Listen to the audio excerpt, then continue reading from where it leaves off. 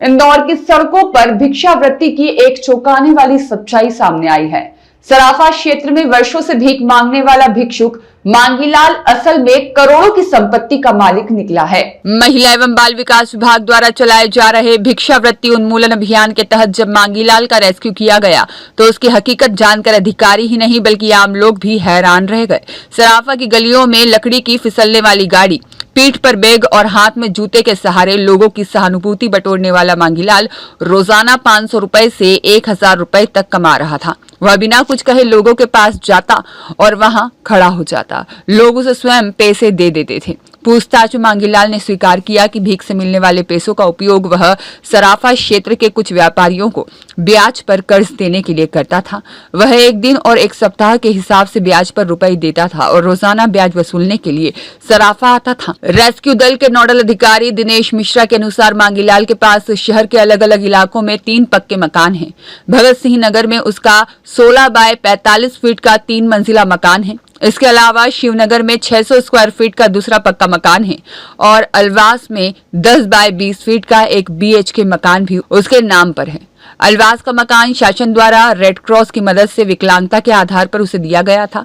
इतना ही नहीं, मांगीलाल के पास 3 ऑटो हैं जिन्हें वह किराए पर चलाता है। साथ ही उसके पास एक डिजायर कार भी है जिसे चलाने के लिए उसने ड्राइवर तक रखा हुआ है।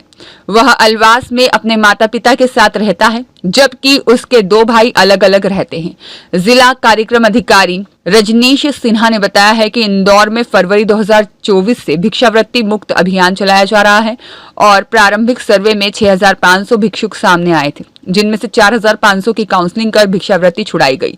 1600 भिक्षुकों को रेस्क्यू कर उज्जैन के सेवाधाम आश्रम भेजा गया जबकि 1072 बच्चों का स्कूलों में दाखिला कराया गया है। प्रशासन ने स्पष्ट किया है कि भिक्षावृत्ति करने वालों और इसे बढ़ावा देने वालों के खिलाफ आगे भी सख्त कार्रवाई जारी रहेगी। शनिवार को रात्रि के 10 बजे रेस्क्यू दल को सूचना प्राप्त हुई थी कि एक व्यक्ति जिसका नाम मांगीलाल है लगभग प्रति सप्ताह सराफा में आके भिक्षावृत्ति करता है और ये कुष्ठ रोगी है।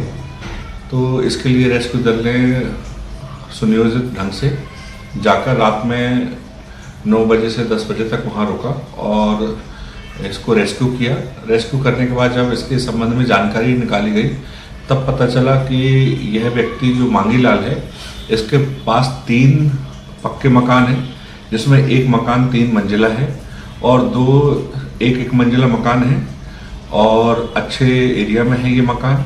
इसके अलावा इसके पास 3 ऑटो हैं जिनको ये भाड़े में दे के रखा हुआ है, किराए से चलवाता है। इसकी स्वयं के पास एक डिजायर है, 4 व्हीलर गाड़ी है और इस गाड़ी से ये आता जाता है एवं ऐसे एरिया में जाके फिर लकड़ी की जो ट्राईसाइकिल टाइप की एक फिसलने वाली गाड़ी होती है उसमें जाके भिक्षावृत्ति करता है। इसने बताया कि लगभग ये 2021-22 से लगातार भिक्षावृत्ति कर रहा है और भिक्षावृत्ति करने के साथ साथ ये सराफा में लोगों को ब्याज से भी पैसा दिया है। इसका प्रतिदिन का कलेक्शन भी 1000-2000 रुपये हो जाता है जो कि ब्याज से आता है। साथ ही प्रतिदिन इसको 400-500 रुपये भिक्षावृत्ति में भी मिल जाते हैं। इसने लगभग 4 से 5 लाख रुपया लोगों को उधार दिया हुआ है, लोन पे दिया हुआ है और उनसे दैनिक आधार पर ब्याज प्राप्त करता है।